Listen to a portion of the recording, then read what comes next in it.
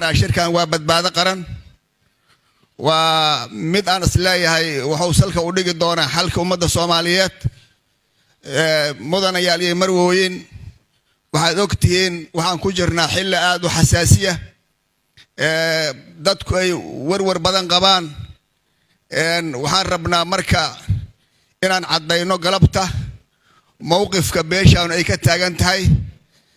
ummadda Soomaaliyeed meeshay uga dhaqaaqleed isgoyska maanta aan taaganahay shirkan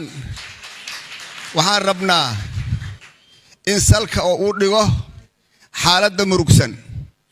marka ugu horeysa waxaan rabnaa inaan mowqifkeena cadayno waxa kaliya Soomaali u daawaahay waxa weeye doorasho hufan daahfuran fair ah dhaxda taala tii lagu heshiiyay ah taan baranay ah tii dalku uu horay ugu maray oo ku badbaadnay ah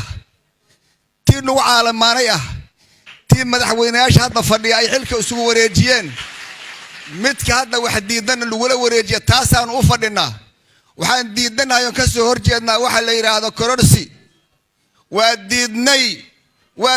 waa ka soo horjeednaa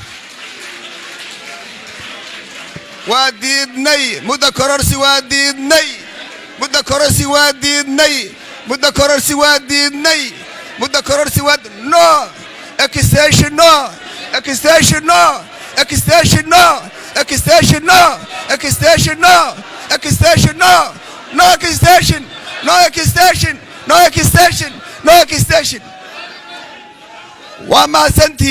سنتين موقف كانوا قلبته واكاس halkaas ka bortiiraynana dagaal ma rabno dawladnimo rabnaa horumar rabnaa waxaan rabnaa dalka Soomaaliyeed waxay ku soo socdeen muddo taasaan